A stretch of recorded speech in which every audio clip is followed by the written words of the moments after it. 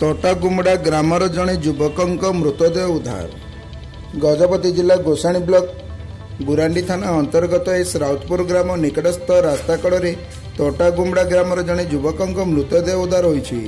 पारिपार्श्विक स्थिति देखि यह दुर्घटना जनित मृत्यु होइथाय पारे बोली अनुमान करा जाउछि।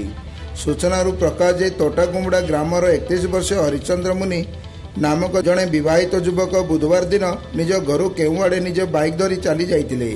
बुधवार राति और गुरुवार दिन तांकर देखा न मिलिबारु तांको परिवार वर्ग बहु खोजाखोजी करथिले।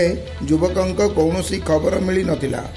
परे गुरुवार दिन एस राउतपुर ग्राम निकट रास्ता कड़े उक्त युवकंक मृतदेह पड़िथिबा सुनिथिले। देखिला बेलକୁ बाइकटी हरिश्चंद्रଙ୍କ उपरे पड़िथिबा देखिबाकू मिलिथिला। परे सूचना पाई घटनास्थल में गुरांडी थाना अधिकारी श्री रवींद्र पात्रଙ୍କ तत्वावधान पुलिस टीम पहुंची तदंत आरंभ करथिले। परे शवको जबत करी पालाखेमुंडी स्थित जिला मुख्य चिकित्सालय को शव व्यवच्छेद निमंते पठाइथिले। एने गुरांडी थाना 60/24 प्रकार एक मामला रुजु करी विभिन्न दिग को नहीं तदंत आरंभ करिछि गुरांडी पुलिस।